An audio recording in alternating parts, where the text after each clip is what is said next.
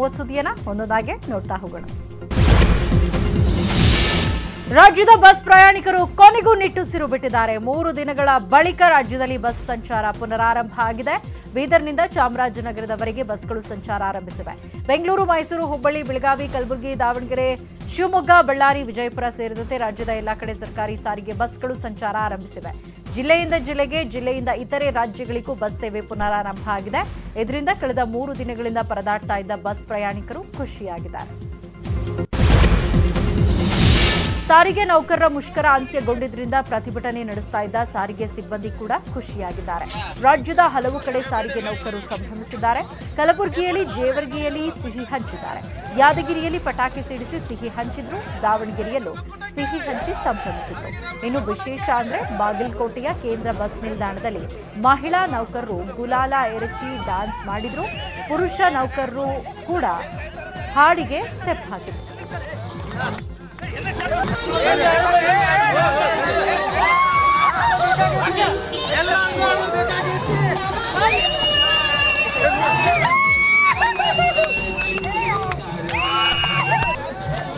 ಯಾವುದು ಬ್ರ್ಯಾಂಡ್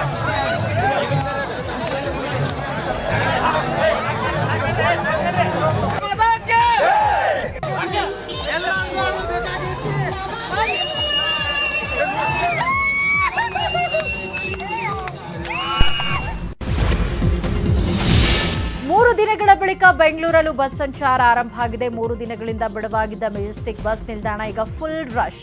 ನಿಲ್ದಾಣಕ್ಕೆ ಬಸ್ಗಳ ರಾಶಿಯೇ ಬಂತು. ನಿಲ್ದಾಣಕ್ಕೆ ಪ್ರಯಾಣಿಕರು ಕೂಡ ಹರಿದು ಬಂದರು. ಇಲ್ಲಿಂದ ರಾಜ್ಯದ ನಾನಾ ಭಾಗಕ್ಕೆ ಹಾಗೆ ಹೊರ ರಾಜ್ಯಕ್ಕೂ ಬಸ್ ಸಂಚಾರ ಶುರುವಾಗಿದೆ. ಇದೇ ಖುಷಿಯಲ್ಲಿ ಪ್ರಯಾಣಿಕರು ಊರಿಗೆ ಹೊರಟರು. ಇನ್ನು ಸ್ಯಾಟಲೈಟ್ ಬಸ್ ನಿಲ್ದಾಣದಿಂದ ಸಾಲು ಸಾಲು ಬಸ್ಗಳು ಮೈಸೂರು ಕಡೆಗೆ ಸಂಚಾರ ಮಾಡ್ತಾ ಇವೆ. ಅತ್ತ ಆನೇಕಲ್ನಿಂದ ತಮಿಳುನಾಡಿಗೆ ಕೆಎಸ್ಆರ್ಟಿಸಿ ಸಂಚಾರ ಶುರುವಾಗಿದೆ. ಮುಷ್ಕರ ನಿಲ್ಲಿಸಿ ಕರ್ತವ್ಯಕ್ಕೆ ಹಾಜರಾಗ್ತಾ ಇರೋ ಚಾಲಕರು ಹಾಗೂ ನಿರ್ವಾಹಕರಿಗೆ ಸಂಭ್ರಮದ ಸ್ವಾಗತ ಸಿಕ್ತು. ಕನ್ನಡ ಪರ ಹೋರಾಟಗಾರರು ಗುಲಾಬಿ ಹೂ ನೀಡಿ ಅಭಿನಂದಿಸಿದ್ರು. ಮೆಜೆಸ್ಟಿಕ್ ಬಸ್ ನಿಲ್ದಾಣದಲ್ಲಿ ಕರ್ತವ್ಯಕ್ಕೆ ಹಾಜರಾದ ಸಿಬ್ಬಂದಿಗೆ ಕನ್ನಡ ಪರ ಹೋರಾಟಗಾರರು ಮೆಚ್ಚುಗೆ ವ್ಯಕ್ತಪಡಿಸಿದರು.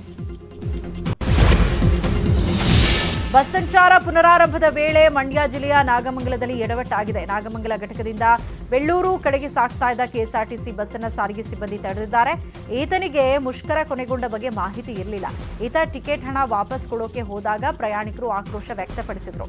ಈ ಬಸ್ನಲ್ಲಿ ಮಹಿಳೆಯರೊಬ್ಬರು ಆಸ್ಪತ್ರೆಗೆ ಹೋಗಬೇಕು ಅಂತ ಕಣ್ಣೀರಿಟ್ರು. ಬಳಿಕ ಡಿಪೋ ಮ್ಯಾನೇಜರ್ ಬಂದು ವಾತಾವರಣವನ್ನ ತಿಳಿ ಮಾಡಿದ್ರು. ನಂತರ ಪೊಲೀಸ್ ಎಸ್ಕಾರ್ಟ್ನಲ್ಲಿ ಈ ಬಸ್ ಅನ್ನ ಪ್ರಯಾಣ ಮಾಡಲಾಯಿತು.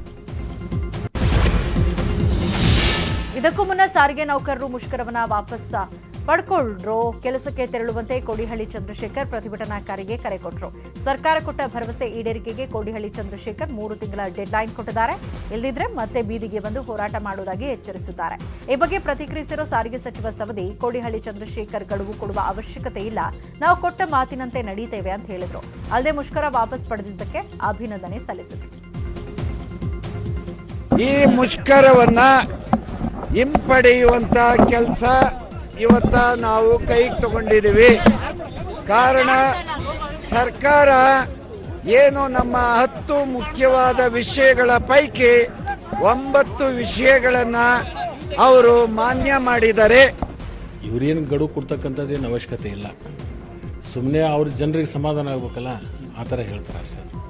ಆ ಜನರಿಗೆ ಸಮಾಧಾನ ಮಾಡಲಿಕ್ಕೆ, ಅವರಿಗೆ ಖುಷಿ ಪಡಿಸ್ಲಿಕ್ಕೆ ಆ ಥರ ಭಾಷಣಗಳು ಮಾಡ್ತಕ್ಕಂಥದ್ದು ಎಲ್ಲ ಹೋರಾಟಗಳಲ್ಲಿ ನಡೀತಕ್ಕಂಥದ್ದು ಅದೊಂದು ಕ್ರಿಯೆ. ಅದು ಹಸಿರು ಟವಲ್ ಇಳಿಸಿ ಖಾಕಿ ಶರ್ಟ್ ಧರಿಸಿ ಹೋರಾಟ ಮಾಡಿ, ಹೀಗಂತ ಸಾರಿಗೆ ಮುಷ್ಕರದ ನೇತೃತ್ವ ವಹಿಸಿದ್ದ ರೈತ ನಾಯಕ ಕೋಡಿಹಳ್ಳಿ ಚಂದ್ರಶೇಖರ್ಗೆ ಕರ್ನಾಟಕ ರಾಜ್ಯ ರೈತ ಸಂಘದ ರಾಜ್ಯಾಧ್ಯಕ್ಷ ಬಡಗಲಪುರ ನಾಗೇಂದ್ರ ಚಾಟಿ ಬೀಸಿದ್ದಾರೆ. ಸುಮ್ಮನೆ ಹಸಿರು ಟವಲ್ ಹಾಕೊಂಡು ರೈತರಿಗೆ ಅವಮಾನ ಮಾಡಬೇಡಿ ಅಂತ ಟಾಂಗ್ ಕೊಟ್ಟರು. ರಾಜ್ಯದ ಜನ 4 ದಿನ ಸಂಕಷ್ಟ ಅನುಭವಿಸುವುದಕ್ಕೆ ಕೋಡಿಹಳ್ಳಿಯೇ ಕಾರಣ ಅಂತ ಆರೋಪಿಸಿದರು. ರೈತರು ಹಸಿರು ಟವಲ್ ಹಾಕಿದವರು ಏನು ಮಾಡಬೇಕಾಯ್ತು ಅಂದರೆ, ಈ ರೈತರ ಸಮಸ್ಯೆ ಬಗ್ಗೆ ನಾವು ಹೋರಾಟ ಮಾಡಬೇಕು, ಡೆಲ್ಲಿ ಚಳವಳಿಗೆ ಒತ್ತಾಸೆ ನಿಲ್ಕೊಳ್ಬೇಕು. ಆದರೆ ಯಾವಾಗ KSRTC ನೌಕರರು ಅಥವಾ ನಿರ್ವಾಹಕರಾದರೂ ಗೊತ್ತಿಲ್ಲ, ಅನುಮಾನ ಬಂದಿತ್ತು. ಹಸಿರು ಟವಲ್ ಹಾಕ್ಕೊಂಡು ನೀವು ಚಳವಳಿಗೆ ಕರೆ ನೀಡಿ ಸಾರಿಗೆ ವ್ಯವಸ್ಥೆಯಲ್ಲಿ ನಿಲ್ಲಿಸಿದರೆ ಇಡೀ ಚೀಂತು ಬಿದ್ದರೆ ಎಲ್ಲ ಹಸಿರು ಟವಲ್ ಹಾಕಿರೋರಿಗೂ ಕೂಡ ಗೌರವ ಹೋಗುತ್ತೆ. ಅದರಿಂದ ನೀವು ಚಳವಳಿ ಮಾಡಬೇಕು ಅನ್ನೋದಾದರೆ ಕಾಕಿ ಬಟ್ಟೆ ಹಾಕಿದಲ್ಲ ಮೊನ್ನೆ, ಅದನ್ನೇ ಹಾಕಿ ಮುಂದುವರಿಸಿ ಹಸಿರು ಟವಲ್ ತೆಗೆದಿಡಿ. ರೈತ ಕೋಡಿಹಳ್ಳಿ ಚಂದ್ರಶೇಖರ್ ವಿರುದ್ಧ ಕಾರ್ಮಿಕ ಮುಖಂಡ ಅನಂತ ಸುಬ್ಬರಾವ್ ಕೂಡ ವಾಗ್ದಾಳಿ ನಡೆಸಿದ್ದಾರೆ. ನಾನು ನೌಕರರಿಗೆ ಅಡ್ಡಿ ಆಗ್ತೀನಿ ಅಂತ ವಿಷ ತುಂಬಿದ್ದಾರೆ. ನಾನು ಯಾಕೆ ನೌಕರರಿಗೆ ಅಡ್ಡಿಯಾಗ್ಲಿ, ನನ್ನ ಬಗ್ಗೆ ಬೈದ್ಕೊಂಡು ತಿರುಗ್ತಾ ಇದ್ದಾರೆ ಅಂತ ಕಿಡಿಕಾರಿದ್ರು. ಏನು ನೋಟಿಸ್ ಕೊಡದೆ ಮುಷ್ಕರ ಆರಂಭಿಸಿದ್ರು. ಮುಷ್ಕರ ಅಂದ್ರೆ ಮಕ್ಕಳ ಆಟ ಅಲ್ಲ, ನಾವು ಮಾತುಕತೆ ಕರೆದ್ರೂ ಬಂದಿಲ್ಲ, ನಮ್ಮನ್ ಕಂಡ್ರೆ ಒಂಥರ ದ್ವೇಷ ಅವರಿಗೆ ಅಂತ ಕಿಡಿಕಾರಿದ್ರು. ಒಂದೇನಂದರೆ ಇಲ್ಲ ವೆಸ್ಟೆಡ್ ಇಂಟ್ರೆಸ್ಟ್ ಅವ್ರಲ್ಲಿ ಇರಬೇಕು ಅಥವಾ ಅಜ್ಞಾನದಿಂದ ಕರೆ ಕೊಟ್ಟಿದ್ದಾರೆ. ಸ್ಟ್ರೈಕ್ ಮಾಡಿಬಿಟ್ಟು ಸರ್ಕಾರಿ ನೌಕರರು ಮಾಡಿ ಅಂದರೆ ಯಾರೂ ಮಾಡೋಕ್ಕಾಗೋದಿಲ್ಲ. ಕಾರಣ ಏನಂದರೆ ಅದರ ಸಾಧಕ ಬಾಧಕಗಳು ನೋಡಬೇಕು. ನಾನು ಕೋಡಿಹಳ್ಳಿ ಚಂದ್ರಶೇಖರನ್ನು ಕೇಳಿಕೊಂಡು ಒಂದು ರಾಂಗ್ ಡಿಸಿಷನ್ ನೀವು ತಗೊಂಡ್ರಿ, ನಿಮಗೆ ಇಂಥ ಸ್ಟ್ರೈಕ್ ಲೀಡ್ ಮಾಡೋ ಅಭ್ಯಾಸ ಇರಲಿಲ್ಲ, ಅನುಭವ ಬಂತು, ಅದರಿಂದ ಪಾಠ ಕಲೀರಿ ಆ್ಯಂಡ್ ಜನಗಳಿಗೆ ಕ್ಷಮೆ ಕೇಳಿ. 4 ದಿವಸ ಜನಗಳಿಗೆ ತೊಂದರೆ ಕೊಟ್ಟಿದ್ದಾರೆ. ನೀವು ಮುಂದೆ ಅಂತ ಸ್ಟ್ರೈಕ್ಗಳಿಂದ ನಮ್ಮಂಥವ್ರ ಹತ್ರ ಮಾತಾಡಿ. ನೀವು ಕಳೆದ 3 ದಿನದ ಮುಷ್ಕರದಿಂದ ಸಾರಿಗೆ ಇಲಾಖೆಗೆ ಕೋಟ್ಯಾಂತರ ರೂಪಾಯಿ ನಷ್ಟ ಉಂಟಾಗಿದೆ. 3 ದಿನದಲ್ಲಿ ಸುಮಾರು 23 ಕೋಟಿಗೂ ಹೆಚ್ಚು ನಷ್ಟ ಉಂಟಾಗಿದೆ ಅಂತ ನಷ್ಟದ ಬಗ್ಗೆ ಸಿಎಂ ಬಿಎಸ್ವೈಗೆ ಸಾರಿಗೆ ಸಚಿವ ಲಕ್ಷ್ಮಣ್ ಸವದಿ ಮಾಹಿತಿಯನ್ನ ಕೊಟ್ಟಿದ್ದಾರೆ. ಅಲ್ಲದೆ ಸಚಿವ ಲಕ್ಷ್ಮಣ್ ಸವದಿ ಸರ್ಕಾರದಿಂದ ಆರ್ಥಿಕ ನೆರವನ್ನ ಕೋರಿದ್ದಾರೆ. ಬಾಕಿ ವೇತನ, ಮುಷ್ಕರ ನಷ್ಟಕ್ಕೆ ನೆರವು ಕೊಡುವಂತೆ ಮನವಿ ಮಾಡಿದ್ದಾರೆ. ಬಾಗಲಕೋಟೆಯಲ್ಲಿ ಬಸ್ ಆರಂಭವಾಗಿದ್ದಕ್ಕೆ ಮುಷ್ಕರ ನಿರತ ನಿರ್ವಾಹಕಿಯರು ಕಣ್ಣೀರು ಹಾಕಿದ್ದಾರೆ. 3 ದಿನದ ಹೋರಾಟ ಮುಷ್ಕರ ವ್ಯರ್ಥ ಆಯಿತು ಅಂತ ಬಸ್ ನಿರ್ವಾಹಕಿಯರು ಕಣ್ಣೀರಿಟ್ರು. ಇನ್ನು ಬೆಳಗಾವಿ ಡಿಸಿ ಎಸ್ಪಿ ಮುಂದೆ ಮಹಿಳಾ ಸಿಬ್ಬಂದಿ ಕಣ್ಣೀರಿಟ್ಟಿದ್ದಾರೆ. ಹೋರಾಟದಲ್ಲಿ ಭಾಗವಹಿಸಿದ್ದಕ್ಕೆ ನನಗೆ ಭಟ್ಕಳಕ್ಕೆ ವರ್ಗಾವಣೆ ಮಾಡಿದ್ರು, 10,000 ರೂಪಾಯಿ ದಂಡ ಹಾಕ್ತಾರೆ ಅಂತ ಮೇಲಾಧಿಕಾರಿಗಳ ಕಿರುಕುಳವನ್ನ ಬಿಚ್ಚಿಟ್ರು. ಇವತ್ತು ಕೂಡ ಬಸ್ಗಳ ಮೇಲೆ ಕಲ್ಲು ತೂರಾಟ ನಡೆದಿದೆ. ಶಿವಮೊಗ್ಗದಿಂದ ರಾಯಚೂರಿಗೆ ಬಸ್ ಬರ್ತಾ ಇದ್ದಾಗ ಸಿಂಧನೂರು ತಾಲೂಕಿನ ಹೊಸಳ್ಳಿ ಕ್ಯಾಂಪ್ನಲ್ಲಿ ಕಲ್ಲು ಎಸೆದಿದ್ದಾರೆ. ಬೈಕ್ನಲ್ಲಿ ಬಂದು ಕಲ್ಲು ತೂರಿದ್ದಾರೆ. ಇನ್ನು ಬೀದರ್ನ ಶಿವನಗರ ಬಳಿ ಬರಿಚಾಯಿ ಗಾರ್ಡನ್ ಹತ್ತಿರ ಕಿಡಿಗೇಡಿಗಳು ಈಶಾನ್ಯ ಸಾರಿಗೆ ಬಸ್ಗೆ ಕಲ್ಲು ತೂರಿದ್ದಾರೆ. ಏನು ಪಿರಿಯಾಪಟ್ಟಣದ ಸೀಗೂರು ಗೇಟ್ ಬಳಿ ಕೆಎಸ್ಆರ್ಟಿಸಿ ಬಸ್ಗೆ ಕಿಡಿಗೇಡಿಗಳು ಕಲ್ಲು ತೂರಾಟ ನಡೆಸಿದ್ದಾರೆ.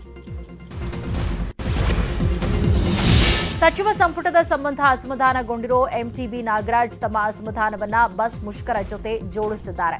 ಸಾರಿಗೆ ನೌಕರರ 9 ಬೇಡಿಕೆಗಳನ್ನ ಈಡೇರಿಸಿದ್ದಾರೆ. ಆದ್ರೆ ನನ್ನ ಒಂದೇ ಒಂದು ಬೇಡಿಕೆಯನ್ನ ಇನ್ನೂ ಈಡೇರಿಸಿಲ್ಲ ಅಂತ ಅಸಮಾಧಾನ ವ್ಯಕ್ತಪಡಿಸಿದ್ರು.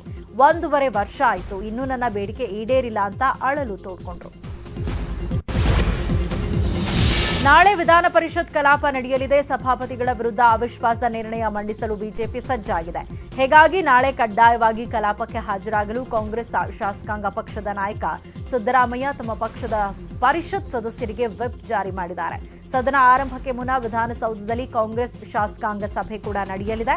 ಇನ್ನು ಸಭಾಪತಿ ವಿರುದ್ಧ ಅವಿಶ್ವಾಸ ನಿರ್ಣಯ ವಿಚಾರದಲ್ಲಿ ನಾವು ಜೆಡಿಎಸ್ ಬೆಂಬಲ ಕೇಳಿಲ್ಲ ಅಂತ ಪರಿಷತ್ ವಿಪಕ್ಷ ನಾಯಕ ಎಸ್ಆರ್ ಪಾಟೀಲ್ ಹೇಳಿದ್ದಾರೆ. ಜೆಡಿಎಸ್ ನಮಗೆ ಬೆಂಬಲಿಸುತ್ತೆ ಅಂತ ಭಾವಿಸಿದ್ದೇವೆ ಅಂತ ಹೇಳಿದ್ದಾರೆ. ಡ್ರಗ್ಸ್ ಜಾಲದಲ್ಲಿ ಅಕ್ರಮ ಹಣ ವರ್ಗಾವಣೆ ಕೇಸ್ನಲ್ಲಿ ಆರೋಪಿಯಾಗಿರೋ ಕೇರಳದ ಮಾಜಿ ಗೃಹ ಸಚಿವರ ಪುತ್ರನ ಜಾಮೀನು ಅರ್ಜಿ ವಜಾ ಆಗಿದೆ. ವಿನೇಶ್ ಕೋಡಿಯೇರಿ ಜಾಮೀನು ಅರ್ಜಿಯನ್ನ ಬೆಂಗಳೂರಿನ 34ನೇ ಸಿಟಿ ಸಿವಿಲ್ ಕೋರ್ಟ್ ವಜಾ ಮಾಡಿದೆ. ಹೀಗಾಗಿ ವಿನೇಶ್ ಕೋಡಿಯೇರಿಗೆ ಸದ್ಯ ಜೈಲೇ ಗತಿಯಾಗಿದೆ. ಡ್ರಗ್ಸ್ ಜಾಲದಲ್ಲಿ ಅಕ್ರಮ ಹಣ ವರ್ಗಾವಣೆ ಸಂಬಂಧ ವಿನೇಶ್ ಕೋಡಿಯೇರಿಯನ್ನ ಜಾರಿ ನಿರ್ದೇಶನಾಲಯ ಬಂಧಿಸಿತ್ತು. ಸದ್ಯ ವಿನೇಶ್ ಪರಪ್ಪನ ಅಗ್ರಹಾರ ಜೈಲಿನಲ್ಲಿದ್ದಾರೆ.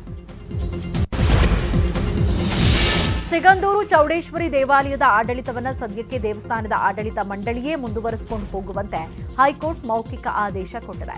ಮುಂದಿನ ಆದೇಶದವರೆಗೆ ನಿತ್ಯದ ಆಡಳಿತದಲ್ಲಿ ಸರ್ಕಾರ ಯಾವುದೇ ಹಸ್ತಕ್ಷೇಪ ಮಾಡಬಾರದು ಅಂತ ಹೈಕೋರ್ಟ್ನ ನ್ಯಾಯಮೂರ್ತಿ ದಿನೇಶ್ ಕುಮಾರ್ ಅವರಿದ್ದ ಏಕಸದಸ್ಯ ಪೀಠ ಸೂಚನೆ ಕೊಟ್ಟಿದೆ. ದೇಗುಲದ ವಿವಾದದ ನಂತರ ಶಿವಮೊಗ್ಗ ಜಿಲ್ಲಾಧಿಕಾರಿ ನೇಮಿಸಿರುವ ಸಲಹಾ ಮತ್ತು ಮೇಲ್ವಿಚಾರಣಾ ಸಮಿತಿಯನ್ನ ನೇಮಿಸಲಾಗಿತ್ತು. ಇದನ್ನ ರದ್ದು ಕೋರಿ ಹೈಕೋರ್ಟ್ಗೆ ಅರ್ಜಿ ಸಲ್ಲಿಕೆಯಾಗಿತ್ತು. ಈ ಸಂಬಂಧ ಆಕ್ಷೇಪಣೆ ಸಲ್ಲಿಸಲು ಸರ್ಕಾರಕ್ಕೆ ಹೈಕೋರ್ಟ್ ಸೂಚನೆ ಕೊಟ್ಟಿದೆ. ತನ್ನನ್ನು ಅಪಹರಣ ಮಾಡಿದ್ದ ಆರೋಪಿ ಕವಿರಾಜ್ಗೆ ಭೂಗತ ಲೋಕದ ನಂಟಿದೆ ಅಂತ ಮಾಜಿ ಸಚಿವ ವರ್ತೂರು ಪ್ರಕಾಶ್ ಆರೋಪಿಸಿದ್ದಾರೆ. ಆತ 4-5 ಜನರನ್ನ ಬಳಸಿಕೊಂಡು ನನ್ನನ್ನು ಕಿಡ್ನಾಪ್ ಮಾಡಿದ್ದಾನೆ. ಈ ದೇಶದ್ರೋಹಿ ಕೃತ್ಯ ಮಾಡಿದ ಆರೋಪಿ ಬಂಧಿಸಿದ್ದಕ್ಕೆ ಪೊಲೀಸರಿಗೆ ಧನ್ಯವಾದ ಅಂತ ಹೇಳಿದ್ರು. ಆತ ಹಣಕ್ಕಾಗಿ ಕಿಡ್ನಾಪ್ ಮಾಡಿದ್ದಾಗಿ ತಪ್ಪು ಒಪ್ಪಿಕೊಂಡಿದ್ದಾನೆ ಅಂತ ತಿಳಿಸಿದ್ದಾರೆ. ಬಳ್ಳಾರಿ ಜಿಲ್ಲೆ ಇಬ್ಬಾಗ ಖಂಡಿಸಿ ಅನಿರ್ದಿಷ್ಟಾವಧಿ ಪ್ರತಿಭಟನೆ ನಡೆಸಲು ಹೋರಾಟಗಾರರು ಮುಂದಾಗಿದ್ದಾರೆ. ನೂತನ ವಿಜಯನಗರ ಜಿಲ್ಲೆ ಖಂಡಿಸಿ ಬಳ್ಳಾರಿ ಜಿಲ್ಲೆ ಹೋರಾಟ ಸಮಿತಿ ಅನಿರ್ದಿಷ್ಟಾವಧಿ ಧರಣಿ ಆರಂಭಿಸಿದೆ. ಬಳ್ಳಾರಿ ಜಿಲ್ಲಾಧಿಕಾರಿ ಕಚೇರಿ ಮುಂಭಾಗ ಟೆಂಟ್ ಹಾಕಿ ಪ್ರತಿಭಟನೆ ಕುಳಿತಿದ್ದಾರೆ. ಯಾವುದೇ ಕಾರಣಕ್ಕೂ ವಿಜಯನಗರ ಜಿಲ್ಲೆ ಮಾಡೋಕೆ ಬಿಡೋದಿಲ್ಲ ಅಂತ ಹೋರಾಟಗಾರರು ಪಟ್ಟು ಹಿಡಿದಿದ್ದಾರೆ. ಸರ್ಕಾರದ ವಿರುದ್ಧ ಘೋಷಣೆ ಕೂಗಿ ಆಕ್ರೋಶ ವ್ಯಕ್ತಪಡಿಸಿದರು. ಈ ವೇಳೆ ಪ್ರತಿಭಟನಾಕಾರರ ಮತ್ತು ಪೊಲೀಸರ ಮಧ್ಯೆ ಮಾತಿನ ಚಕಮಕಿ ನಡೆಯಿತು. ರಾಜ್ಯದಲ್ಲಿ ಮಳೆ ಹಾಗೂ ಪ್ರವಾಹದಿಂದ ಉಂಟಾಗಿರೋ ಬೆಳೆ ಹಾನಿ ನಷ್ಟವನ್ನು ಅಧ್ಯಯನ ಮಾಡಲು ಕೇಂದ್ರ ಅಧಿಕಾರಿಗಳ ತಂಡ ರಾಜ್ಯಕ್ಕೆ ಭೇಟಿ ನೀಡಿದೆ. ಕೇಂದ್ರ ಅಧಿಕಾರಿಗಳ ತಂಡ ವಿಜಯಪುರ ಜಿಲ್ಲಾ ಪ್ರವಾಸ ಕೈಗೊಂಡಿದೆ. ಸಿಂದಗಿ ಮತ್ತು ಇಂಡಿ ತಾಲೂಕಿನ ವಿವಿಧ ಪ್ರವಾಹ ಪೀಡಿತ ಗ್ರಾಮಗಳಿಗೆ ಭೇಟಿ ನೀಡಿ ಮಾಹಿತಿಯನ್ನು ಸಂಗ್ರಹಿಸುತ್ತಿದ್ದಾರೆ. ಇದಕ್ಕೂ ಮೊದಲು ವಿಜಯಪುರ ಜಿಲ್ಲಾಧಿಕಾರಿಗಳ ನೇತೃತ್ವದಲ್ಲಿ ಭೀಮಾ ಪ್ರವಾಹದಿಂದ ಆದ ಹಾನಿಯ ಕುರಿತು ಕೇಂದ್ರ ತಂಡಕ್ಕೆ ಸಂಪೂರ್ಣ ಮಾಹಿತಿ ನೀಡಿದರು. ಕೇಂದ್ರ ಅಧಿಕಾರಿಗಳು ತಂಡ ಇವತ್ತು ರಾತ್ರಿ ವಿಜಯಪುರದಲ್ಲಿ ವಾಸ್ತವ್ಯ ಮಾಡಲಿದ್ದಾರೆ. ಮರಾಠ ಅಭಿವೃದ್ಧಿ ನಿಗಮ ವಿರೋಧಿಸಿ ಜನವರಿ 9ರಂದು ರಾಜ್ಯಾದ್ಯಂತ ರೈಲು ತಡೆಯುವುದಾಗಿ ವಾಟಾಳ್ ನಾಗರಾಜ್ ತಿಳಿಸಿದ್ದಾರೆ. ಇವತ್ತು ಚಾಮರಾಜನಗರದ ಜಿಲ್ಲಾಡಳಿತ ಭವನದ ಮುಂದೆ ವಾಟಾಳ್ ಪ್ರತಿಭಟನೆಯನ್ನ ಮಾಡಿದ್ರು. ಈ ವೇಳೆ ಮಾತನಾಡಿದ ಅವರು, ಜನವರಿ 9ರಂದು ಜಿಲ್ಲೆ, ತಾಲೂಕು, ಹೋಬಳಿ ಮಟ್ಟದಲ್ಲೂ ರೈಲು ಹಳಿಗಳ ಮೇಲೆ ಸತ್ಯಾಗ್ರಹ ಕೂರ್ತೀವಿ. ಜನವರಿ 9ರಂದು ಸಾರ್ವಜನಿಕರು ರೈಲಿನಲ್ಲಿ ಪ್ರಯಾಣಿಸಬೇಡಿ, ನಿಲ್ದಾಣಕ್ಕೆ ಬರಬೇಡಿ ಅಂತ ಮನವಿ ಮಾಡಿದ್ದಾರೆ. ಹೆಬ್ಬಾವನ್ನ ಸೆರೆ ಹಿಡಿಯುವ ವೇಳೆ ಉರಗ ತಜ್ಞನ ಮೇಲೆ ಹೆಬ್ಬಾವು ದಾಳಿ ಮಾಡಿದೆ. ಸೋಮವಾರಪೇಟೆ ಅತ್ತೂರಿನಲ್ಲಿ ಬೃಹತ್ ಗಾತ್ರದ 14 ಕೆಜಿ ತೂಕದ ಹೆಬ್ಬಾವು ಪ್ರತ್ಯಕ್ಷವಾಗಿತ್ತು. ಈ ಹೆಬ್ಬಾವನ್ನ ರಕ್ಷಣೆ ಮಾಡಲು ಹೋದ ಹೊಸಕೋಟೆಯ ಉರಗ ಪ್ರೇಮಿ ಶಾಜಿ ಮೇಲೆ ಹೆಬ್ಬಾವು ಅಟ್ಯಾಕ್ ಮಾಡಲು ಮುಂದಾಗಿತ್ತು. ತಕ್ಷಣ ಎಚ್ಚೆತ್ತು ಪಾರಾದ ಶಾಜಿ ಬಳಿಕ ಹೆಬ್ಬಾವನ್ನ ಆನೆಕಾಡು ಸಂರಕ್ಷಿತ ಅರಣ್ಯಕ್ಕೆ ಬಿಟ್ಟಿದ್ದಾರೆ. ಇನ್ನುಳಿದ ಪ್ರಮುಖ ಸುದ್ದಿಗಳನ್ನು ನೋಡೋಣ. ಸಿಂಗಟಾಲೂರು ಏತ ನೀರಾವರಿ ಯೋಜನೆಯ ಗದಗ ಜಿಲ್ಲೆಯ ಸಂತ್ರಸ್ತರು ಗ್ರಾಮ ಪಂಚಾಯತ್ ಚುನಾವಣೆಯನ್ನು ಬಹಿಷ್ಕರಿಸಿದ್ದಾರೆ. ಸ್ಥಳಾಂತರವಾಗಿರುವ ಮುಂಡರಗಿ ತಾಲೂಕಿನ ಗೊಮ್ಮಗೋಳ ಗ್ರಾಮಕ್ಕೆ ಮೂಲಸೌಕರ್ಯ ಹಾಗೂ ಪುನರ್ವಸತಿ ಕಲ್ಪಿಸುವಂತೆ ಒತ್ತಾಯಿಸಿದ್ರೂ ಜಿಲ್ಲಾಡಳಿತ ಭರವಸೆ ಈಡೇರಿಸಿಲ್ಲ. ಹೀಗಾಗಿ ನಮ್ಮ ಬೇಡಿಕೆಗಳು ಈಡೇರೋವರೆಗೂ ಚುನಾವಣಾ ಬಹಿಷ್ಕಾರ ಮಾಡುವುದಾಗಿ ತೀರ್ಮಾನ ತಗೊಂಡಿದ್ದಾರೆ. ಚುನಾವಣೆಯಲ್ಲಿ ಭಾಗಿಯಾಗಿಲ್ಲ ಅಂತ ಪಟ್ಟು ಹಿಡಿದಿದ್ದಾರೆ. ಕಾಂಗ್ರೆಸ್ನಿಂದ ದೂರ ಸರಿದಿರುವ ವಿಧಾನ ಪರಿಷತ್ ಸದಸ್ಯ ಸಿಎಂ ಇಬ್ರಾಹಿಂ ಜೆಡಿಎಸ್ ಸೇರ್ಪಡೆಗೆ ಮುಂದಾಗಿದ್ದಾರೆ. ಇಂದು ಮಾಜಿ ಪ್ರಧಾನಿ ಎಚ್.ಡಿ. ದೇವೇಗೌಡ ನಿವಾಸಕ್ಕೆ ಸಿಎಂ ಇಬ್ರಾಹಿಂ ಭೇಟಿ ನೀಡಿ ಚರ್ಚೆ ನಡೆಸಿದ್ರು. ಬಳಿಕ ಮಾತನಾಡಿದ ಸಿಎಂ ಇಬ್ರಾಹಿಂ, ನಾನು ದೇವೇಗೌಡರು ತಂದೆ ಮಗ ಇದ್ದಂತೆ, ತಂದೆಯಿಂದಾದ್ರೂ ಮಗನಿಗೆ ಬೇಡ ಅಂತಾರಾ? ಬಿಜೆಪಿ ಬಗ್ಗೆಯೂ ಆತ್ಮೀಯತೆ ಇದೆ. ಕಾಂಗ್ರೆಸ್ ಪೋಸ್ಟರ್ಗಳಲ್ಲಿ ಮುಸ್ಲಿಮರ ಫೋಟೋಗಳಿಲ್ಲ ಅಂತ ಇದೇ ಸಂದರ್ಭದಲ್ಲಿ ಅಸಮಾಧಾನ ಹೊರಹಾಕಿದರು. ಕೋಲಾರದ ವಿಸ್ಟ್ರಾನ್ ಕಂಪನಿಯಲ್ಲಿ ಕಾರ್ಮಿಕರ ದಾಂಧಲೆ ಪ್ರಕರಣಕ್ಕೆ ಸಂಬಂಧಪಟ್ಟ ಹಾಗೆ 141 ಮಂದಿ ಕಾರ್ಮಿಕರ ವಿರುದ್ಧ ಎಫ್ಐಆರ್ ದಾಖಲಾಗಿದೆ. ಸಿಸಿಟಿವಿ ದೃಶ್ಯ ಆಧರಿಸಿ ಪ್ರಕರಣ ದಾಖಲು ಮಾಡಲಾಗಿದೆ. ಏನು ದಾಂಧಲೆಯಲ್ಲಿ ವಿಸ್ಟ್ರಾನ್ ಕಂಪನಿಗೆ 437 ಕೋಟಿ ರೂಪಾಯಿ ನಷ್ಟ ಆಗಿದೆ ಅಂತ ಕಂಪನಿ ಕಾರ್ಯನಿರ್ವಾಹಕ ಪ್ರಶಾಂತ್ ದೂರನ್ನ ನೀಡಿದ್ದಾರೆ. ಒಟ್ಟು 100 ಕೋಟಿಯಷ್ಟು ಮೌಲ್ಯದ ಬೆಲೆ ಬಾಳುವ ವಸ್ತುಗಳು ಕಳುವಾಗಿದೆ. ಅಲ್ಲದೆ ಕೈಗಾರಿಕೆ ಪುನರ್ ಆರಂಭಕ್ಕೆ 2 ರಿಂದ 3 ತಿಂಗಳಾಗುತ್ತೆ ಅಂತ ಜಿಲ್ಲಾ ಉಸ್ತುವಾರಿ ಸಚಿವ ಎಚ್. ನಾಗೇಶ್ ತಿಳಿಸಿದ್ದಾರೆ. ನಡು ರಸ್ತೆಯಲ್ಲೇ ಗೂಡ್ಸ್ ವಾಹನ ಹೊತ್ತಿ ಉರಿದಿರೋ ಘಟನೆ ಬೆಂಗಳೂರು ಹೊರವಲಯದ ಆನೇಕಲ್ನ ಜಿಗಣಿ ಬಳಿ ನಡೆದಿದೆ. ಅತ್ತಿ ಬೆಲೆಯಿಂದ ಬಾಡಿಗೆ ಮನೆಯ ವಸ್ತುಗಳನ್ನು ಸಾಗಿಸುವಾಗ ಜಿಗಣಿ ಬಳಿ ಶಾರ್ಟ್ ಸರ್ಕ್ಯೂಟ್ನಿಂದ ಗೂಡ್ಸ್ ವಾಹನದಲ್ಲಿ ಬೆಂಕಿ ಕಾಣಿಸಿಕೊಂಡಿದೆ. ಗೂಡ್ಸ್ ವಾಹನದಲ್ಲಿದ್ದ ಎಲ್ಲಾ ವಸ್ತುಗಳು ಸುಟ್ಟು ಕರಕಲಾಗಿವೆ. ಸ್ಥಳೀಯರು ನೀರಿನ ಟ್ಯಾಂಕರ್ನಿಂದ ಬೆಂಕಿಯನ್ನು ನಂದಿಸಿದರು. ಶೂನಲ್ಲಿ ಸ್ವಯಂ ರಕ್ಷಣೆ ಮಾಡಿಕೊಳ್ಳಬಹುದು. ಹಾಗೆ ಶೂನಲ್ಲಿ ಮ್ಯಾಪ್ ಡೈರೆಕ್ಷನ್ ಪಡೆಯಬಹುದು. ಏನೋ ಮೂತ್ರದಿಂದ ಬೈಕ್ ಓಡಿಸಬಹುದು. ಇದು ಯುವ ಸಮೂಹದ ಹೊಸ ಐಡಿಯಾ. ಬೆಂಗಳೂರಿನ ರೇವಾ ವಿಶ್ವವಿದ್ಯಾಲಯದಲ್ಲಿ ಶುಕ್ರವಾರ ನಡೆದ ರೇವಾ ಐಡಿಯಾಥಾನ್ ಕಾರ್ಯಕ್ರಮದಲ್ಲಿ ವಿದ್ಯಾರ್ಥಿಗಳು ಇಂತಹ ವಿಶಿಷ್ಟ ಹಾಗೆ ಭವಿಷ್ಯದ ಹೊಸ ಕಲ್ಪನೆಗಳನ್ನು ಕೊಟ್ಟಿದ್ದಾರೆ. Rewa ಐಡಿಯಾಥಾನ್ನಲ್ಲಿ BITS, Pilani, MS Ramaiah, Christ ವಿವಿ, ಜೈನ್ ವಿವಿ, ಕೇಂಬ್ರಿಡ್ಜ್ ಸೇರಿದಂತೆ ಹಲವು ತಾಂತ್ರಿಕ ಕಾಲೇಜುಗಳ ವಿದ್ಯಾರ್ಥಿಗಳು ಭಾಗಿಯಾಗಿ ಹೊಸ ಐಡಿಯಾಗಳನ್ನು ನೀಡಿದ್ದಾರೆ. ಸಮಯ ಕಳೆದಂತೆ ವಿದ್ಯಾರ್ಥಿಗಳ ಚಿಂತನೆ ಕೂಡ ವಿಸ್ತಾರ ಆಗ್ತಿದೆ ಅಂತ ರೇವಾ ವಿವಿಯ chancellor doctor P Shyam Raju ತಿಳಿಸಿದ್ದಾರೆ. ಇವತ್ತು ನಾವು ರೇವಾ ಯೂನಿವರ್ಸಿಟಿಯಲ್ಲಿ ರೇವಾ ಐಡಿಯಾಥಾನ್ ಅನ್ನೋ ಪ್ರೋಗ್ರಾಮ್ನ ಈಗಿನ ಮಕ್ಕಳು 10ನೇ ಸ್ಟ್ಯಾಂಡರ್ಡ್ ಇರ್ಬೋದು ಅಥವಾ 11ನೇ 10th 11th 12th ಸ್ಟ್ಯಾಂಡರ್ಡ್ ಇರೋ ಮಕ್ಕಳಿಗೆ ಇವತ್ತು ರೇವಾ ಐಡಿಯಾಥಾನ್ ಅನ್ನೋದು ನಡೆಸಿದ್ವಿ. ಇದು ನೋಡಿದ ಪ್ರಮುಖ ಸುದ್ದಿ ನೋಡೋಣ. ಚಿಕ್ಕ ಬ್ರೇಕ್ ಆದ್ಮೇಲೆ ವಿಶ್ವತ Madras IIT campus seal down ಆಗಿದೆ. ಐಐಟಿ ಕ್ಯಾಂಪಸ್ನ ಕನಿಷ್ಠ 66 ಮಂದಿ ವಿದ್ಯಾರ್ಥಿಗಳಿಗೆ ಮತ್ತು 5 ಸಿಬ್ಬಂದಿಗಳಿಗೆ ಕೊರೋನಾ ಸೋಂಕು ದೃಢಪಟ್ಟಿದೆ. ಪರಿಣಾಮ ಇಡೀ ಕ್ಯಾಂಪಸ್ ಅನ್ನು ಸೀಲ್ ಡೌನ್ ಮಾಡಲಾಗಿದೆ.